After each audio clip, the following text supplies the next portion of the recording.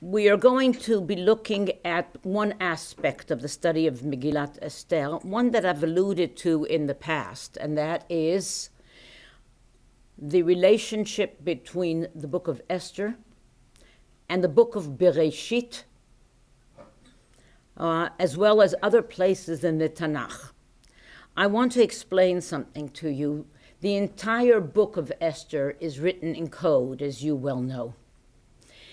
It is clearly written in a manner that presumes that the reader is in on a secret, namely, that they know the Tanakh, and by making some allusions to other places, you'll pick up what the real meaning is, as if somebody did not dare to write the truth about what really happened there.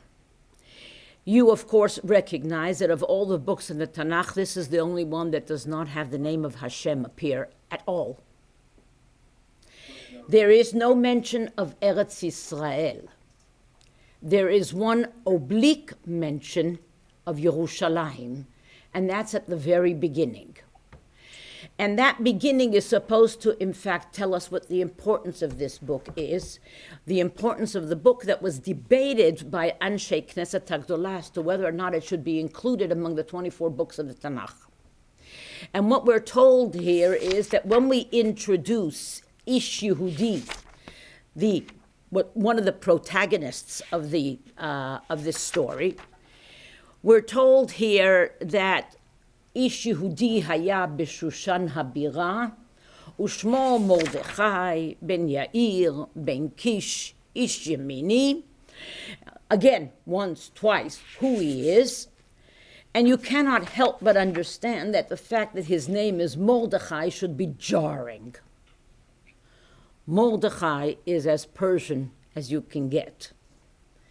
It would be very much like the Jewish princess who'd be called Christine. And you'd say, what? That's a good Jewish girl named Christine?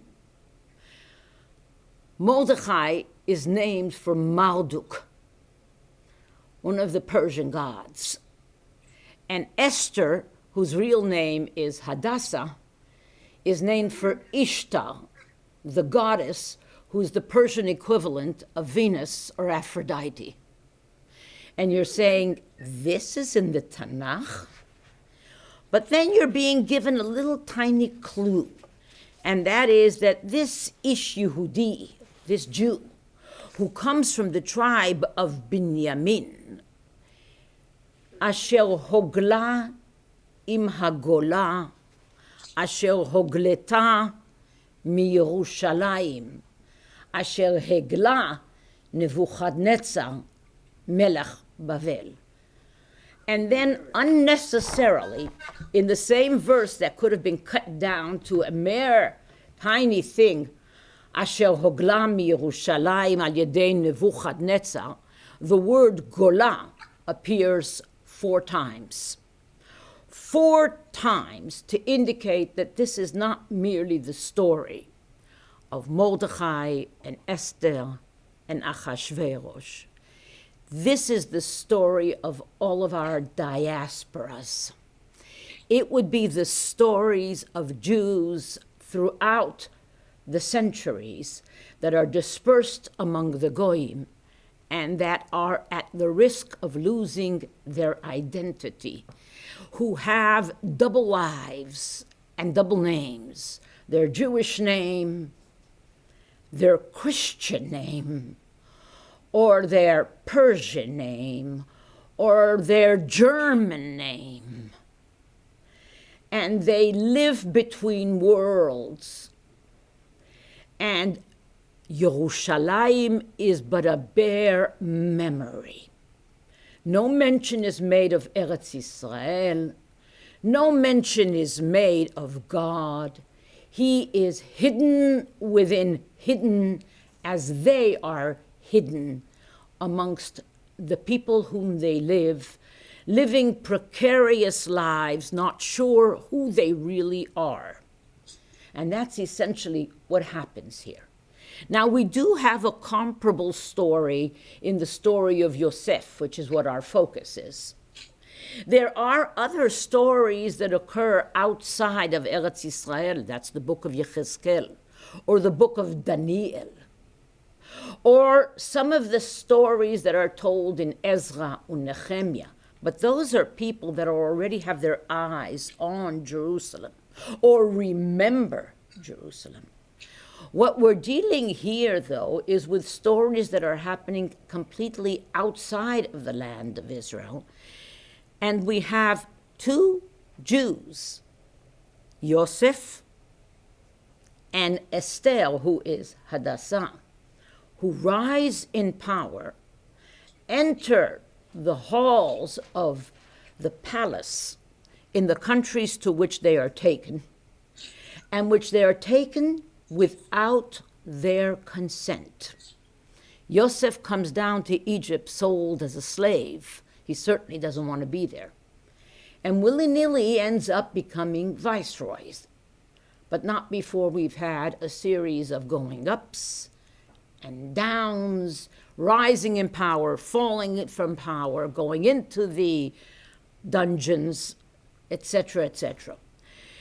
And what the Megillah attempts to do is, in fact, not only to tell us about a particular story that occurred in a particular place at a particular time, but to tell us about us.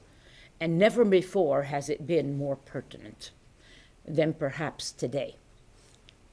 Now, one of the problems that we have when we learn something like Megillat Esther is that we all know the end. We've read it year after year, and we know the happy ending, or we think we know the happy ending. And the crazy thing about it is that we celebrate. And what are we celebrating? Oh, it's a time of happiness. Mishenichnas Adar marbim besimcha. Really? What are we celebrating?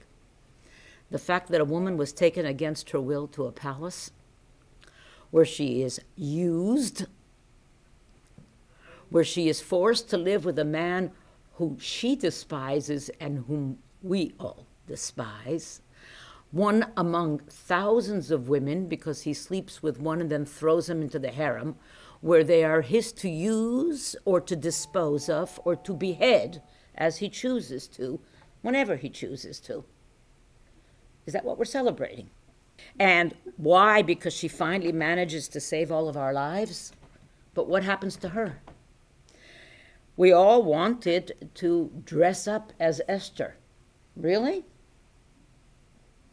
We want to be her, huh? So that she can remain a prisoner in the palace after we all were saved.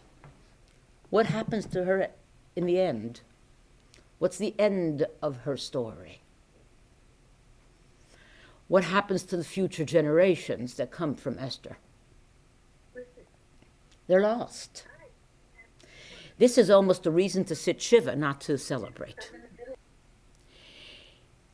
What we need to understand is that there's something fundamental about Purim and about the Megillah that is not completely obvious.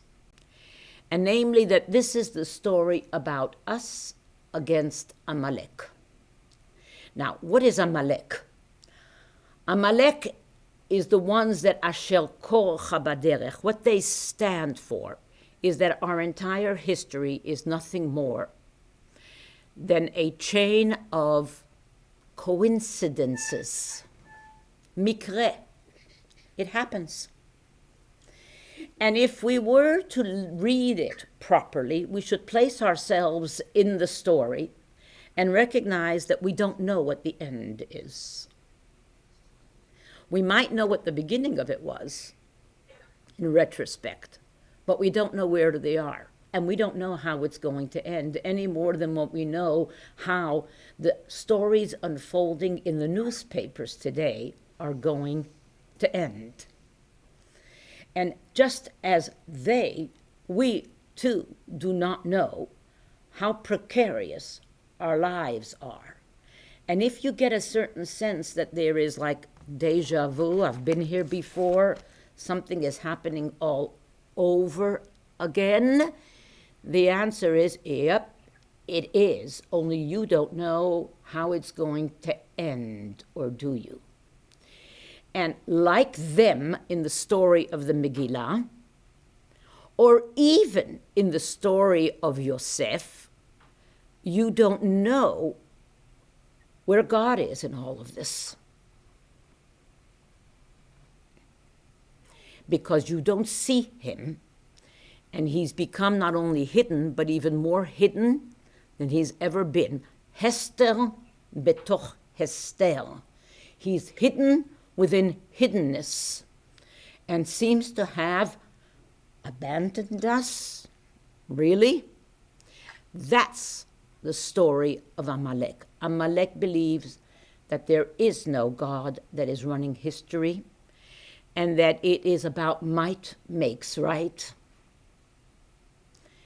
And in between, betwixt and between, there are a lot of, quote, innocent victims, but it really doesn't matter, because history will all wash itself out, and we know who's going to be the victors.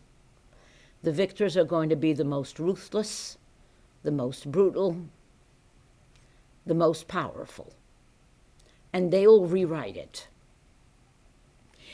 God's hand in history is hidden, and never more hidden than it is in Galut. Because the concept of Galut is a place where the hand of God is not apparent. It's Galut HaShechina. It's as if the Shechina is in diaspora. It's gone. But the heroes of the Tanakh did not live in a plot that was rewritten. They don't know the end and how it's going to be any more than we know what our story and how it's going to end. They lived in real time. They live in real trepidation. They live in a real struggle as to whether or not there is anything to believe in. And they live with the difficulty of not knowing who they are and what they are. And particularly those that are outside of the land who have a difficulty in what am I after all? Yehudi ani, I'm a Jew. Yemeni I am Hadassah, I am Esther, I am the descendant of Shaul HaMelech, or I am one more concubine in this harem, in a world that's gone amok and utterly crazy. The world of Achashverosh, which is really not that much different than us. So Harav Rivlin tells us, Avraham Rivlin, HaMegillah mazhira et Yisrael, this Megillah comes to warn Jews wherever they are, in all of their diasporas, in all of their exiles, and throughout the generations. Al tiftechu bin divim, don't trust.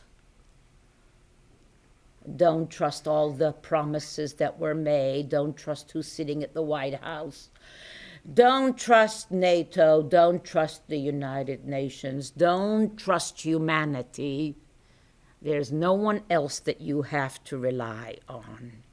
And even when it looks like you're prosperous, and even when you delude yourself that you think that you're safe and free, don't forget that Esav sonnet Yaakov, and like this, it all flips upside down.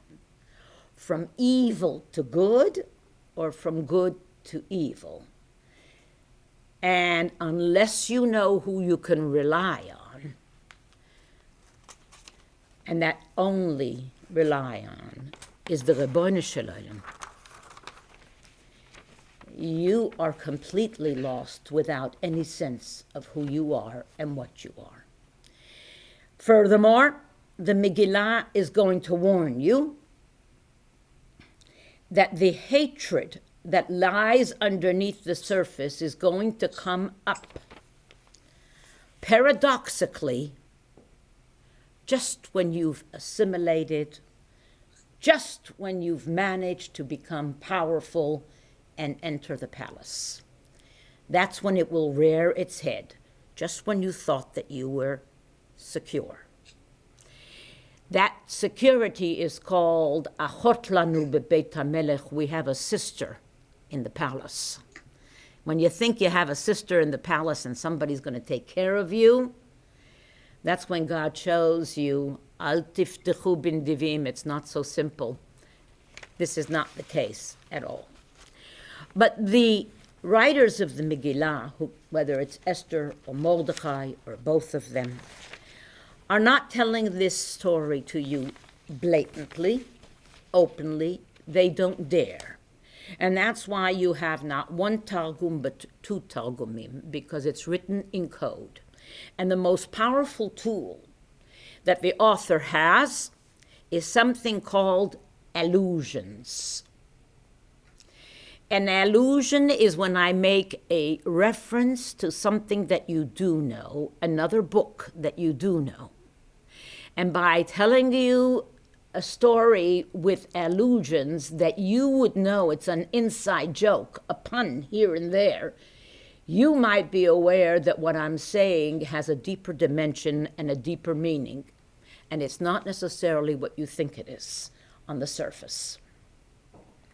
That comes across, particularly if you are sensitive to it, when you hear the story of Esther and how many references there are, particularly to one set of stories, and that's the stories of Yosef.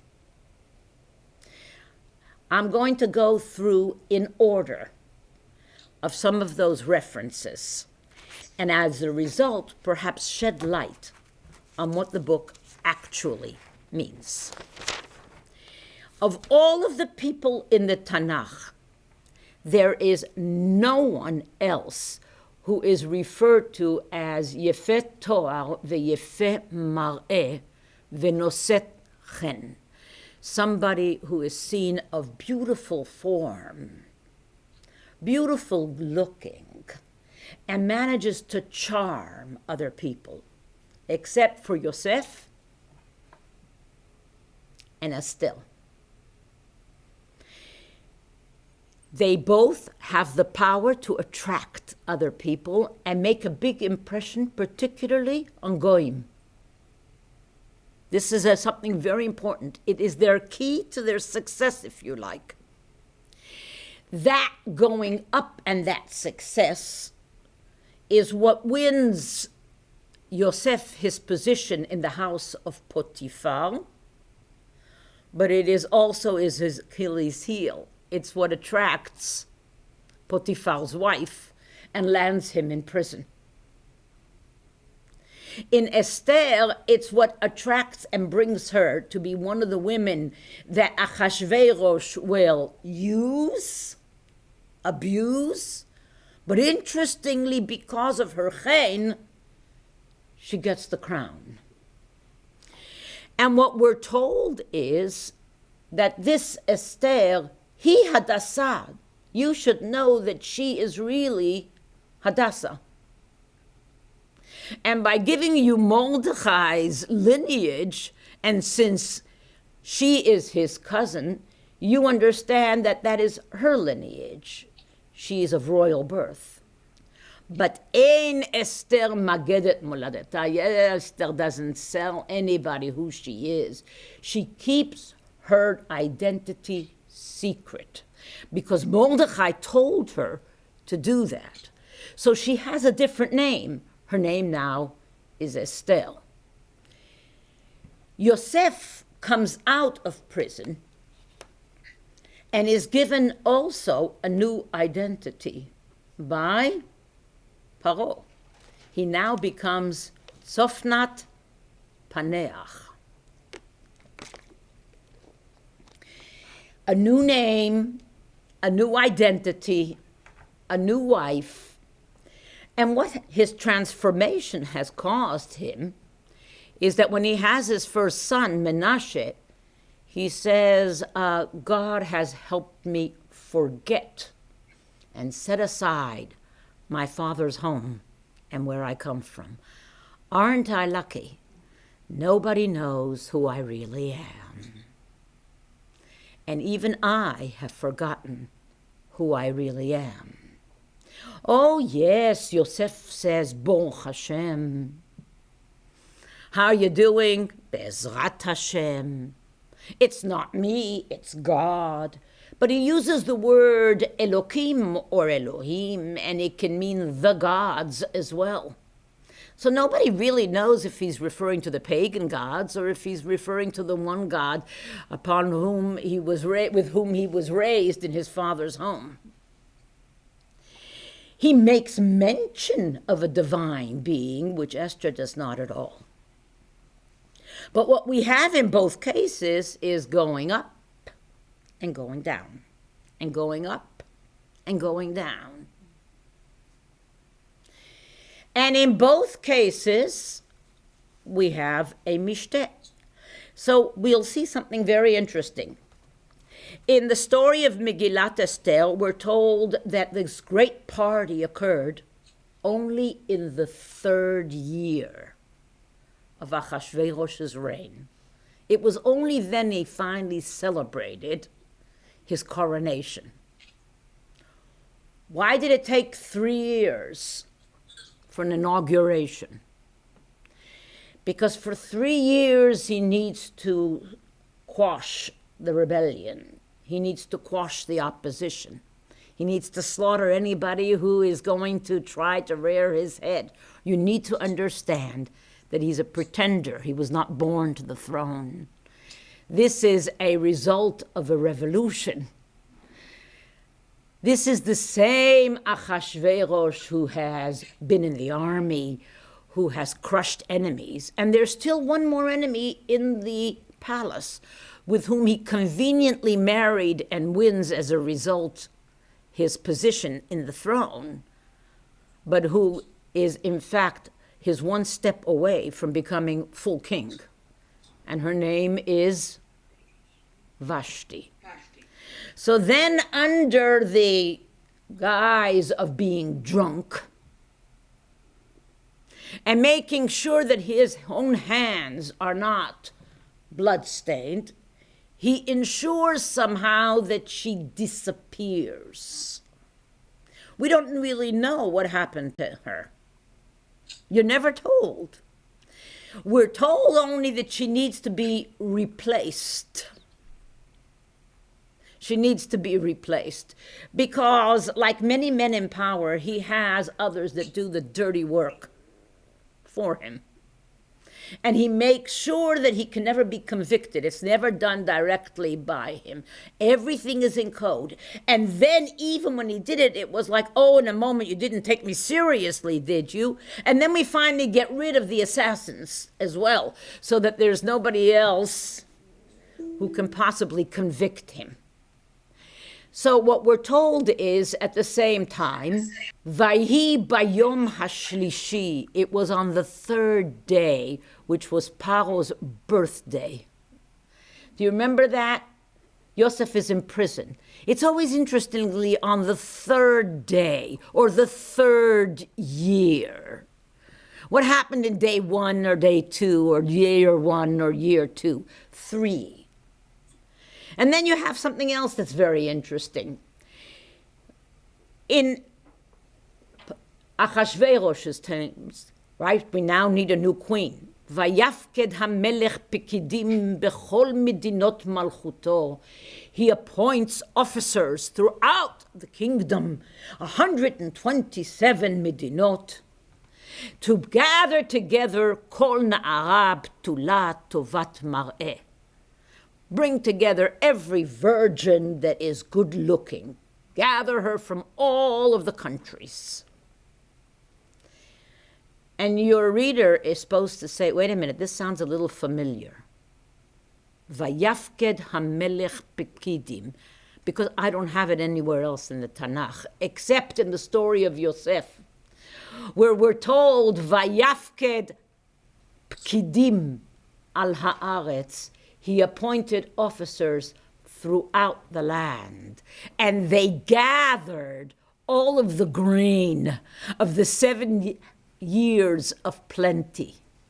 And instead of 2 harems where we collect women, we have 2 cities in which we collect the excess grain called Pitom and Ramses.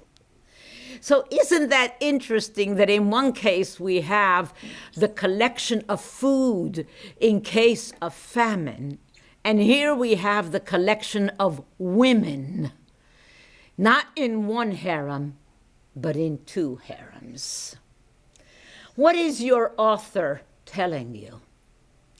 Isn't he mocking this man called Achashverosh? Isn't he telling you what Herodotus, the Greek historian, the father of modern history, tells us?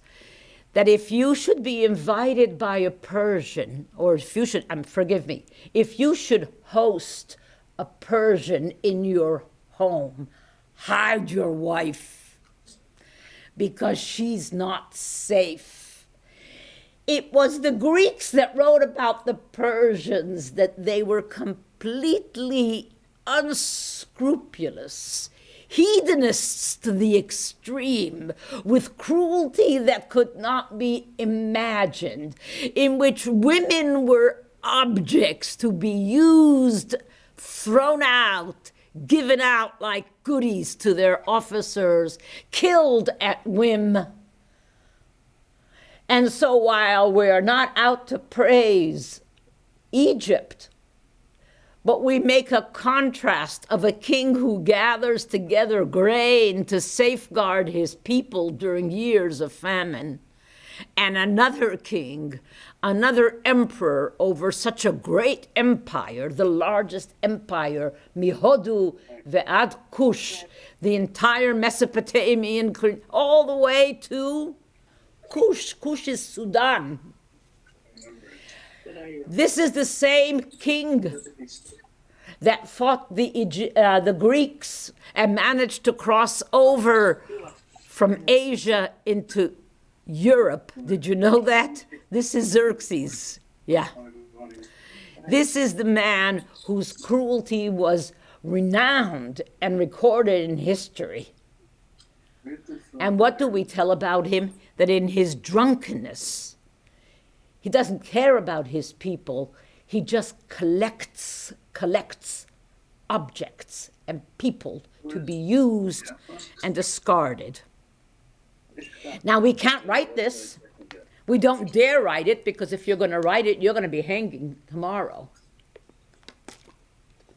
So you simply give some clues here and there. Over and over again, we hear the word sarisim. You see, Achashverosh sends for Vashti to be brought down by the sarisim. And the only other place where the word sarisim is used to indicate courtiers is in the story of Mitzrayim. They also have sarisim. The word sarisim literally means eunuchs. Those are people who have been castrated and they work in the palace. You see, that's who he can trust to bring down Vashti. So those 2 words are being used over and over again to remind you of it. And then you hear about how the women that are brought need to be able to prepare themselves to see Achashverosh. So they're pickled in cosmetics for so and so many days. And they have to do this for so and so many days and do this for so and so many days. And this is what they do, Yemei Merukehen. Those same days are what we are told in Egypt is what they used to do when they would make mummies and they needed to mummify the bodies. They would pickle them, take out their organs, remove the blood, soak them in chemicals so that they would be preserved just so. And so your author is comparing the preparation of women to be brought to Achashverosh with the preparation of dead bodies. in Egypt by using the exact same words. And then we hear about the way the language is used over and over. So we'll hear the following. Potiphar's wife is trying to seduce Yosef. Vayhi kedabra el Yosef yom yom velo shama eleha. And she would speak to him, lure him, seduce him, day in and day out, but he would not listen to her. And then we have Mordechai refusing to bow down to Haman. V'hayi ke'omram elav yom vayom velo shama elehem. And so they spoke to him and tried to persuade him and lure him day in and day out. And he would not listen to them. What is your author telling you? What is your author telling you? You see, Yosef would see sleeping with Potiphar's wife as a betrayal of his master, but more importantly, a betrayal of God. And Mordechai does not express that that's the reason. We don't know why Mordechai would not bow down. Chazal tell us that Haman had a picture of some god on his cloak. But your Megillah does not tell you this. All your Megillah tells you is that he would not bow down, and he told them because he is a Yehudi, he's a Jew. Was this a Yehareg ve'al Yahavor lahalacha? Is this a case where you must actually be killed and not violate this? Highly doubtful. Do we have Jews bowing to a king or to a powerful person throughout the Tanakh? And nobody seems to be concerned about it or worried about it, somehow as if it were a religious violation. Why is this a religious violation that a Jew, as a Jew, I cannot do it? Not only risking my life, but in the process, risking my people's lives. Why would I do this? Vayhi ke'omram. Why is this the ultimate betrayal? We're not told. But it's an allusion to the story of Yosef. And so somehow that bowing down, that last capitulation, after having made a lot of capitulations, would be the ultimate betrayal. The betrayal to his father, a betrayal to where he comes from, a betrayal to his God, and a betrayal to the identity that seems to be so well masked. We hear as follows that when it becomes clear that there is a genocide being planned, ויקרע מרדכי את בגדיו, וילבש שק ואפר, ויצא בתוך העיר, ויזעק זעקה גדולה ומרה. And the only one that you're told about, who tore his clothes in mourning, in public mourning in front of everybody else, is who?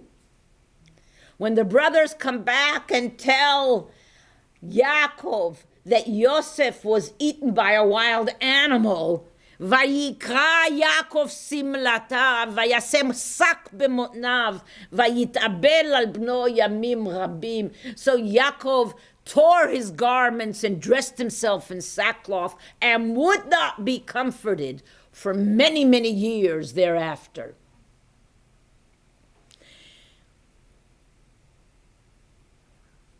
Again, alluding to this. And when Esther finally is persuaded to risk her life and go and plead for her people, knowing that she might be beheaded by the now paranoid king who's expecting anybody to assassinate him and won't let anybody into his to come before him without actually being invited. And when Mordechai tells her, perhaps this is the reason that you became queen, she chooses to step up to the plate and declares, Vakasher avadati, avadati. So if I am lost, well, then I am lost. If I've been eradicated, well, I've already been eradicated. If I've lost my soul, then I'll lose my body as well, because she knows that she's lost regardless. Now she might lose her head, but who she is, what she is, her life has long since been lost. And that's not unlike when Yaakov finally submits to Yehuda's persuasions and sends Binyamin down at the bidding of the Egyptian viceroy, who he does not know is his son. And he says, V'kasher shakalti, shakalti. So if I'm aggrieved, if I have lost everyone I love, well, then I've lost everyone. I've lost. I've lost it all anyway. I may as well lose the last one as well. Losing it all, that kind of language. And then the odd thing is that between these almost like two parts of a personality, Mordechai goes out when you least expect it and is dressed in royal garb and paraded in the streets. They brought him levush malchut vayarkiveo al sus barechov, and they declare kacha yaseh laish asher hamelech chafetz biikaro. You cannot miss the fact that it was Yosef who was brought up from the dungeon, and after properly deciphering Paro's dreams, Vayalbesh oto bigdei shesh, he dresses him in fine clothing, the same fabrics that we hear in the story of Esther. Vayarkev oto b'markevet, and he drove him around in a chariot throughout the streets, and they called out before him, Avrech, Avrech. Now, Tassam today used the word Avrech to indicate a young man. Birkai means kneel. He demanded that people kneel before him, that they prostrate themselves before him.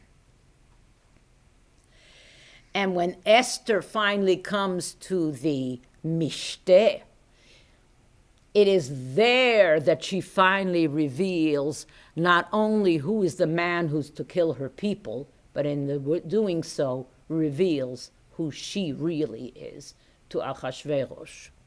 And Yosef sits with his brothers and orders food and then wine, and when they get drunk, he tells them, Ani Yosef, it is I, Yosef, it is me. And he reveals himself also in this drinking party. In both cases, we hear as follows. Esther goes and demands, you have to help us. And she says, Eichacha uchal v'ra'iti bara'a asher yimtza et ami. And Yehuda tells Yosef, Eich a'ale el avi pen ere bara asher yimtza et avi. How can I go up to my father, lest I see the downfall and the trouble that I will bring my father?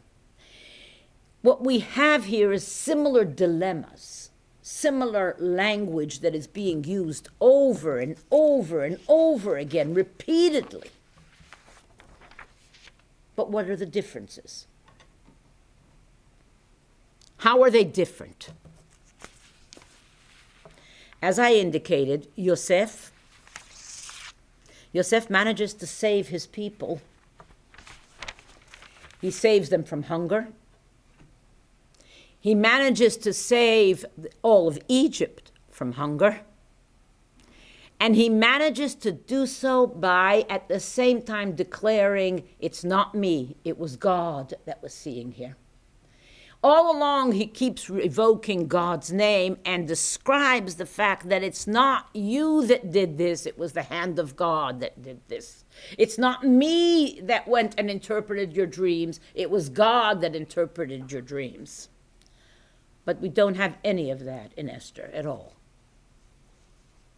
We have death by hanging in both stories.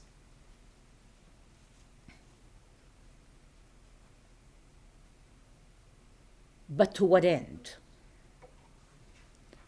What's the end of Yosef's story?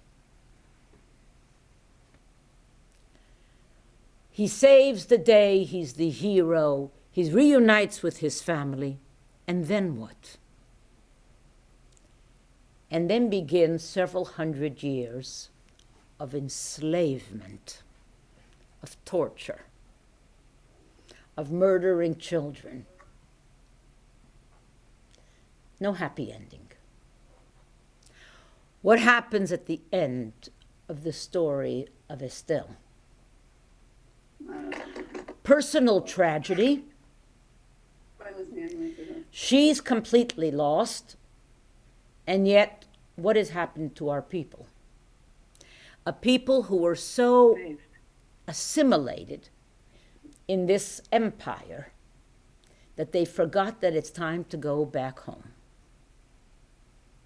So Esther is lost, but the next generation goes back to Jerusalem and begins to rebuild Beit HaMikdash. So we have the sacrifice of one person without the hand of God, or with the hand of God, but with a hand of God that is completely hidden.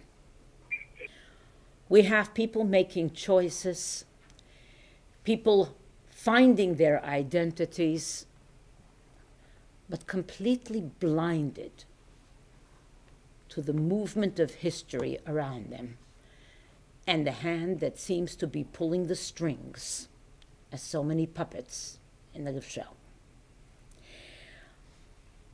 Do you have any questions or comments, any of you? This is the time. Now you can pipe up. Any of you? Esther. Yes. When Yosef, you said the end of Yosef's story Yes. is slavery, but he did not live to see it, did he? No, he did not live to see it in his day. No. Did Esther live to see the redemption of her people and the restoration of her homeland? Wasn't it her son Darius? But not in her lifetime. But not in her lifetime. So in fact, Esther's story, it's a tragedy. It's a tragedy where there's a happy ending, but not in her lifetime. You're quite right. Is it really a happy ending? Because how many of the people actually went back to Jerusalem even though they could stay? Most people still stayed in Persia, Babylonia, whatever. And were lost to us. What percentage went back? A fifth? About 20%. I knew it. About 20%. And it ends with taxes being raised. Well, of course, taxes are always raised.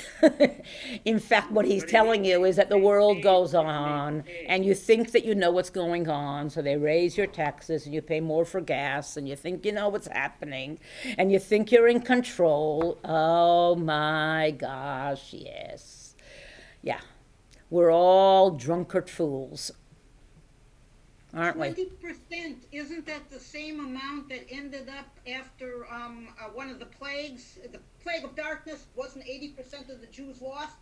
80%, but what is that darkness? 80% actually leave. So when you're saying that's true, only 80%. 20%. And what percent do we have today of Jews that know that they're Jews? 20%. About 20%. And when we had the first exodus from Russia in the 80s, 90s, whatever, it was 1/5, the same that left Egypt. Exactly. Exactly. So tell me now, whose story is the story of Esther? Yosef. It's everybody's story. It's just the reference to Yosef is that shebechol dor vador omdim aleinu lechalotenu v'hakadosh baruch hu matzilenu miyadam. But there is a choice that needs to be made, you see. A choice that needs to be made to declare what? Mi ani, mani. Who am I and what am I is the only thing that you yourself can choose. Whether you live or die by it is another story. But who you are is your choice now to reveal yourself. So Yosef reveals himself. Esther reveals herself. In the process of revealing themselves, they save not only their families, they save themselves. And they indicate that that's the only choice. In fact, we're walking around with blinders, but we can make a choice, a moral choice. And that choice is, how can I continue? How can I live? How can I be who I am and see the evil that befalls my people? Will I actually be able to save them? I don't know, but I can at least say, I count. Here is who I am. I can choose to live like a Jew, and in the process, possibly die like one. But I can just choose my identity. And by choosing my identity, I, in fact, choose to reveal the hand of God. That's the only thing that we can choose. And that's exactly what they did. So the importance of Esther, or the thing that we are celebrating, is precisely that. Now, please notice that the word Esther is a double entendre. It's Ishtar, but it also means Haster, Astir et Panai. I will hide my face. That's what God told us that he would do. Now the question is for us to reveal that face. Any other questions or comments? I want to wish all of you a Purim Sameach, and I hope that we have a lot of reasons to actually celebrate with a full heart, with the Simcha Shlema. But in the process, somebody said, sometimes when things are so bad, all you can do is get a drink and laugh. All right, cold tooth, take care. Bye now.